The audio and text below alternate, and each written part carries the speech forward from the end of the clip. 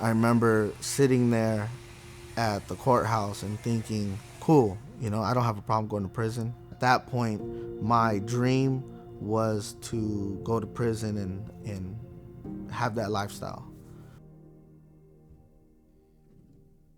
My parents also were going through a divorce due to infidelity, and just me as a young kid didn't know how to handle that and didn't know where to put everything that I was feeling. That led me into making bad choices.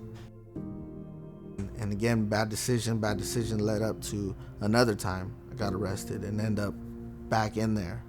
And because after that, every time that I would get arrested, I would end up back in a mental institution. They wouldn't send me to juvenile hall. They wouldn't send me to jail. See, that's when I first witnessed like spirits. There's some real dark, deep things that happen in these hospitals. In about the 11th grade, suicide entered into the picture, and I just didn't want to live anymore. I felt like me and my dad always butted heads again because of my decisions, which led me to me getting kicked out of the house, sometimes even running away. But it led me to a point where I was homeless for a little bit. But in the middle of that was really a moment that changed, because I had met my wife now, but I met her at a quinceañera. We started getting serious. We started dating, and we started, so we started going to church. Eventually, she finds out that I'm on house arrest. She eventually finds out I'm on probation. Eventually, she finds out everything, and I don't say it to be like sweet or to sound cliche, but I honestly feel like Jesus placed her in my life to help me. And I end up going to these Bible studies with some older guys that kind of came through the same background. Obviously, they went a little bit deeper, doing a lot of times in prison, and so they were able to kind of feed into me, and we started getting into the Word, and it was in that moment that I started to see how much Jesus had His hand over my life. And then one day it just kind of clicked. I got to fully surrender. So that's what we did. Me and Samantha got very into it, got into leadership, and then I heard Jesus say, need to get married. And so me and her got married. Within that same year that we got married, 6 months later, we moved to Georgia. We had 2 kids, got involved with mainly 2 different churches, and able to fully walk out in that calling of where Jesus called me to, and called me to the people that He's called me to the same people that maybe lost hope, maybe that only see one way of life, and just being able to just kind of bring Jesus to them and let them know, like, hey, I came from it too.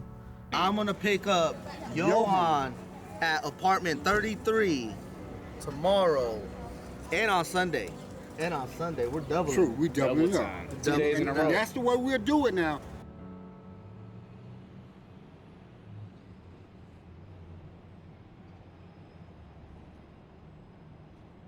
So what we do here is we're part of a company, or 2 companies really, where we cut and fabricate hollow metal doors and frames. If, with doors, we have to cut them. Sometimes they take reinforcements, or we have to fabricate a frame to meet a certain spec that a customer wants. My boss asked me, hey, we're going to start doing hollow metal doors and frames. Do you know any welders? Do you know anybody that can work well with metal? And I was like, well, I've done it before.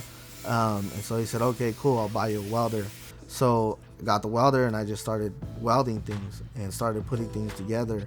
And again, it gives me a place to work with my hands. Within that time, we grew as a company, and so I was able to bring Alex on, and teaching him how to weld. It formed this relationship, and like I said, it is now he's my best friend here in Georgia. But it just created a place of a work environment that it wasn't only about work. It was about building up people around us. Even now, the people that we have here, it's not just a workplace. It's more of somewhat of like a brotherhood, that we'll be able to, hey, be real with each other. A ministry that me and my wife, alongside with Scott and Tammy, have created was a ministry called Fresh Food Fridays. And the way that started up was one day some guys brought a bunch of food to the office. Scott said, "What are we gonna do with all this food?" And I said, "Well, I'll pull my truck up and I'll take it out to the neighborhood." And this is a very low income, poverty neighborhood. So I just went out there and started handing food out. It was me, my wife, and my 2 kids. And we went out and just handed bags of groceries out.